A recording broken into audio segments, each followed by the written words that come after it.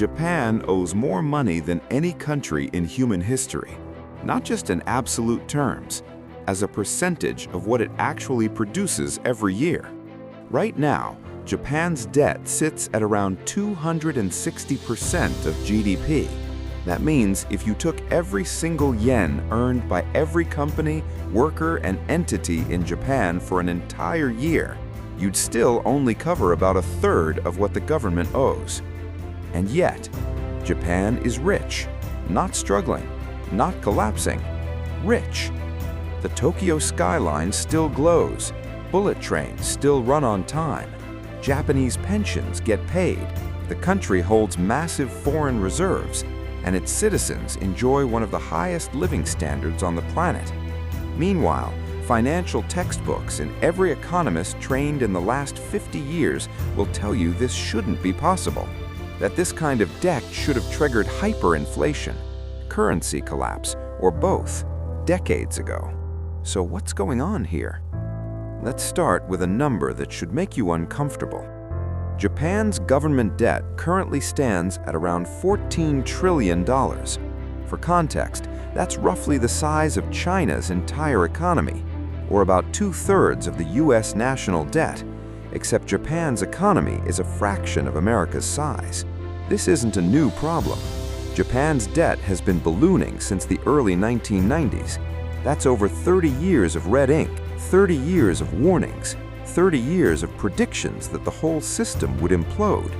And nothing happened. Well, almost nothing. Japan's economy did stagnate. They call it the lost decades. Growth flatlined, wages barely moved, but the apocalypse everyone kept forecasting never arrived. No default, no panic, just this eerie, stable decay. Here's why this matters right now. In the last few years, Western countries have started borrowing like Japan. The US, UK, and much of Europe saw their debt spike during the pandemic and never really pulled it back. Suddenly, everyone's asking the same question Tokyo's been living with for 3 decades. How much debt is too much?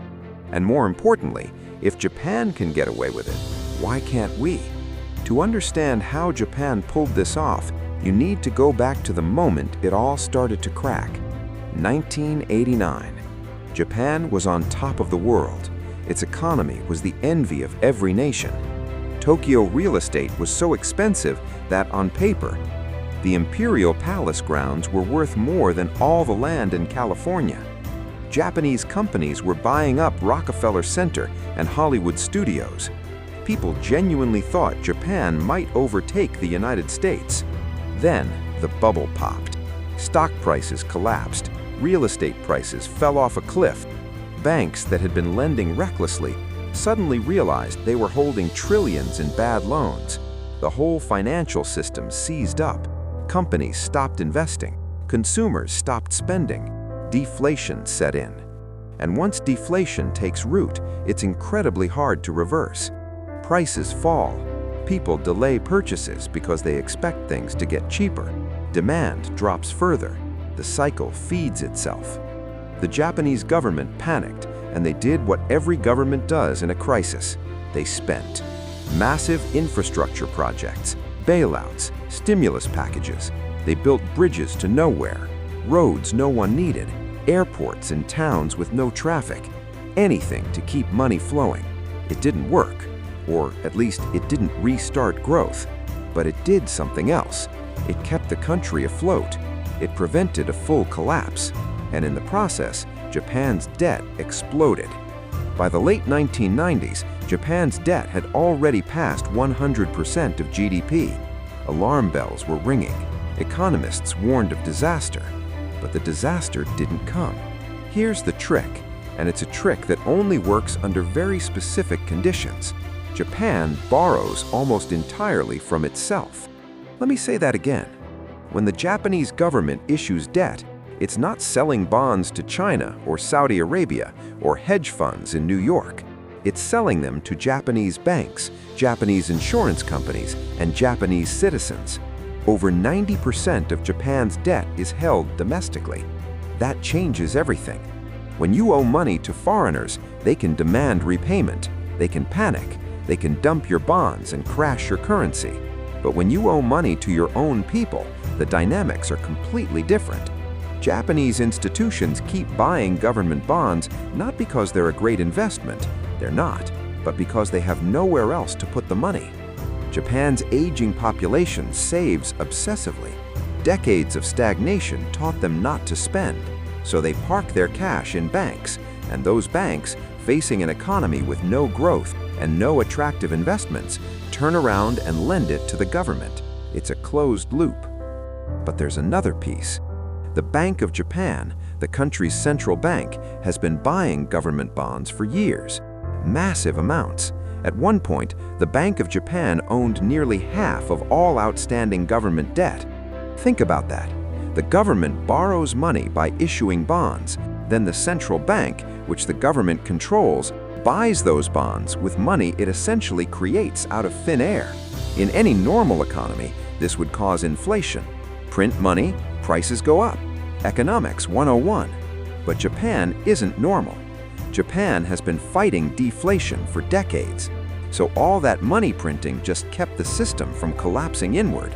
It didn't heat up the economy. It barely heated it at all. This is the paradox.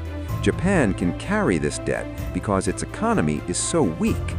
Now here's where it gets uncomfortable.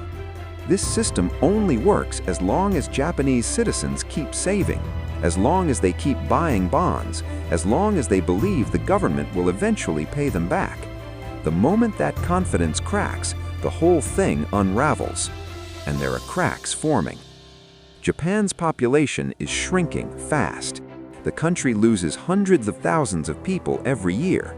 Fewer workers means less economic output. Less output means less tax revenue. Less revenue means more borrowing just to keep the lights on. Meanwhile, the population is aging rapidly. More retirees means more pension obligations, more healthcare costs. The math is brutal. At some point, Japan will run out of savers. The domestic market that's been absorbing all this debt will dry up. When that happens, Japan will have to turn to foreign investors, and foreign investors won't accept the same terms. They'll demand higher interest rates, and higher interest rates on debt this massive would be catastrophic. Right now, Japan's interest rates are near zero. The government pays almost nothing to service its debt, but if rates rise to even 2 or 3%, the cost of servicing that debt would consume a huge chunk of the national budget. Suddenly, there's less money for everything else. Schools, infrastructure, defense. The whole system breaks. So why hasn't this happened yet? Partly luck, partly timing. Japan's debt exploded during a period of low global interest rates. Central banks everywhere were cutting rates and printing money. Japan was just more extreme. But also, Japan benefits from a strange kind of credibility. It's a rich, stable democracy with strong institutions. Investors trust that even if things get bad, Japan won't default. It'll find a way. But trust is a funny thing. It holds until it doesn't. There's another uncomfortable truth here. Japan's wealth, the wealth you see in Tokyo's skyscrapers and Shinkansen trains, was mostly built before the debt spiral began. The country got rich in the 70s and 80s. What you're seeing now is a rich country slowly managing its decline. The debt isn't funding growth, it's funding stagnation. It's keeping the patient alive, not curing the disease. And here's the irony. Other countries look at Japan and think, if they can do it, so can we. The US, drowning in its own debt, points to Japan as proof that debt doesn't matter anymore, that modern monetary theory is real, that we can just keep borrowing forever. But they're missing the key variables. Japan's debt is domestic. Japan's citizens save like their lives depend on it. Japanese culture tolerates economic stagnation in ways most democracies wouldn't. Try telling American voters that wages won't grow for 30 years and see how that goes. Here's what keeps economists up at night. Japan has essentially become a test case, an experiment in how much debt a developed economy can carry. And the answer so far is a lot, more than anyone thought possible.